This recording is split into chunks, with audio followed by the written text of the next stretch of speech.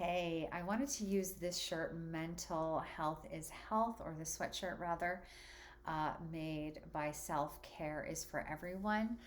Um, I mean, I should have just had this shirt made at some point because I've been feeling the need to share about mental health issues for a really long time when it wasn't even at all sexy. And I remember the first conversation I had with someone. I worked in a restaurant. This is about 15 years ago. And I remember feeling really embarrassed that I had a therapist and that I was starting to take prescription drugs. I worked in a restaurant and I remember just sort of standing around with a couple of people that, I had gone out with and we hung out together. And this just did, I was in my early 20s. So it was like, it wasn't something that I felt like really passionate about, but I felt really proud of myself for taking these steps and feeling really good. I think it was a few months or even a year that I was feeling a lot more balanced. And I remember talking about just like, I remember taking the leap, like at like one of those computer screens where you put in the order for food. And I just remember that moment because I remember standing there. It was in Adams Morgan at this place called the Diner. So now you know where I was. That place holds a lot for me and where I grew, and it was like a little cocoon. But I remember just sort of like thinking I was like taking a leap with just saying that, I'd been working with a therapist and I also had a psychiatrist, and she was helping me take these meds, and I felt really good. And I didn't know how that was really going to be taken. And in the moment, people were just like, oh, cool. And it wasn't until maybe a week or so later that one of the people that was around pulled me aside and asked me, like, about what, how, who, where. And from that point on, actually, people would come to me and ask me about what therapist I saw or where I was working from. And it was this place called the Meyer Treatment Center in Washington, D.C. It was on a sliding scale. It still is on a sliding scale. And that's where I had my therapist and my psychiatrist and worked with other people that were working out of that space at different locations in Washington, D.C. But I became a person for people to come to ask about those things. And I wasn't expecting to be that person, but I became that person. And so was the beginning of me getting comfortable talking about my own issues with mental health and, all of that. And even though I still had, after that point, I had already had one suicide attempt. So before that, rather, I had one suicide attempt. And then a few years later, I still had one more. So it wasn't like I was totally in the clear, but I felt like I was in a good path, and felt that it was important for me to even share about the struggles. And even now, I'm sharing with my own struggles. And I still have a hard time talking about when I'm feeling really sad because it's really hard to share when you're feeling really sad. It's really easy to put on an exterior. So I see people who have tried suicide or and have succeeded and they're no longer on this earth, like Robin Williams, and so many other people, Bourdain, and people that I really had admired.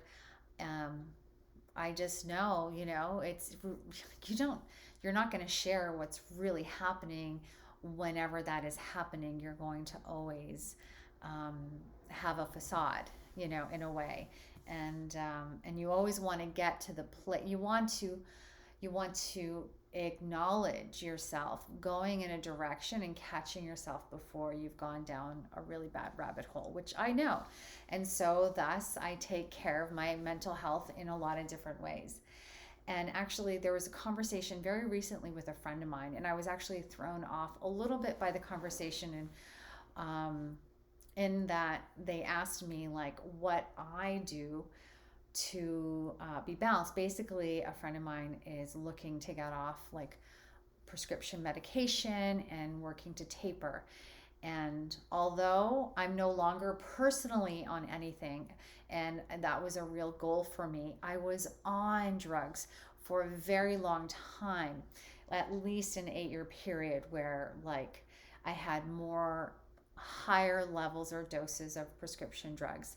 And But I worked in tandem with a lot of other things, which, when my friend said she wanted to get off some medications, I was like, whew, hold your horses. Like, really work with your therapist, work with your psychiatrist, and really get on a path on like understand why you need to or want to get off of it. And I totally get it, but also really understand your capability in that moment and why you're taking it right now. I'm not a doctor, but she then asked me, what, how did I get there? And I did. I brought it up even before I started tapering. I brought it up with both my therapist and my psychiatrist, and I just kept in communication with them. And we slowly went down in the dose. But at that time, I was really had ramped up a lot of yoga practice, running, eating well, a lot of self-care and mindfulness practices. I was in school. I had an, I wouldn't say it was perfect work-life balance, but I felt like I was very invigorated with life, and I had support. I was asking for help, and I was also giving people support. And there was this really nice energy exchange between the people that I was surrounded by at that time, and what I was putting out in the world and what I was allowing myself to receive. I let myself be super vulnerable with people. And it was a whole 5 or 6 year period where I really was reaching hard for that kind of balance and health in my life. And so, telling her, yes, I did. I was eating nourishing foods. I was really learning about, I actually had a printout on my wall at home everywhere. I had a printout of all the superfoods. So I ate a lot of salmon, a lot of blueberries. I ate a lot of spinach. I ate a lot of walnuts and nuts. And I got really into taking the caffeine down, dropping down the alcohol, periods of none at that time as well. I was not really into any kind of marijuana. And I worked really hard. I just loved feeling really good, and I really loved doing that. So there was I felt a lot of self-love. I felt like I could trust myself. And then one day I remember I was just off the drugs. And again, I was working with my doctors, and I was working with people, and I was in constant checking in, but I wanted to stop taking drugs. I didn't like the feeling, There was a period where I knew I had overstayed my time with the prescription drugs, yet I knew how important they were. Now, I say all that and I share all of that because I understand, I also, before I wanted to get off the drugs, there was a period where I was like, I am never going to get off these drugs because I feel so much more happy. I have more energy for people. But I knew that I wasn't operating with my natural reserves. And I wanted to eventually get there. But deep down at a certain part, I was like, no, I'm going to take these. I feel so much better. I'm not as moody. I don't have these swings. I feel just so much better. So it's really important to just be in constant communication with yourself about how to move forward and how to take care of yourself. I do want to point out others. There's so many ways, and self-care is a huge part of it. Mental health is truly health, and it's something that obviously, or maybe not obviously to someone else, but I actually even shared with my OBGYN last week when I saw her about it's very jarring for me because when I called to make the appointment, and they asked for my card. I just saw her a couple months ago, but they asked for my health insurance, and they checked it before I even got the appointment. And then even when I got there last week, they asked for my card. And I just even said to her, like, it's just really, it feels really upsetting to like have to be vetted so many times. And how can that not in and of itself feel like no one is really looking out for me? But that's just like, I think it's a country thing. I grew up in Canada, and even when I lived in the UK, you know, for the 2+ years that I was there, you could just walk in and you would always be taken care of no matter what, and whether or not you had an appointment. So sometimes I still am like, oh my gosh, well, this of course is going to make people feel like they're not supported. And I do think that that's like a cultural thing. Um, I do think it's important to embrace vulnerability, which is actually, I am a Gen Xer. Am I a Gen Xer? Um, Generation X, I think so. Uh, I'm I'm old. I'm forgetting things, so that's like a sign of a. I'm definitely not a boomer, but I'm getting up there. Embracing vulnerability is definitely, yeah. I'm a Gen Xer, so the Gen Z, X, Y, Z. There we go. The Gen Z or Gen Z, and maybe the late tail of the millennium or millennials. There we go. Uh, are more actually, they're more embracing the being vulnerable, asking for time off. Simone Biles is a very good example of that, and so is Naomi Osaka, which are current favorites of mine, because they're really sort of breaking boundaries and molds on creating boundaries for themselves and their mental health. And I think that that's going to happen as a result of many years of parents having strict schedules for children in terms of like, you know, accelerating them to the best of the best.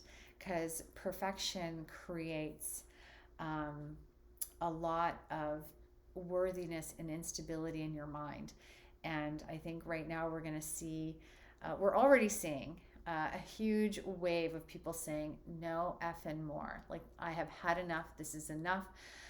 It's amazing to see these two athletes, plus many more that I haven't even mentioned, that are saying, you know, they're at the top of their game and saying, like, no, like, I am pausing on this right now. This is not good for me.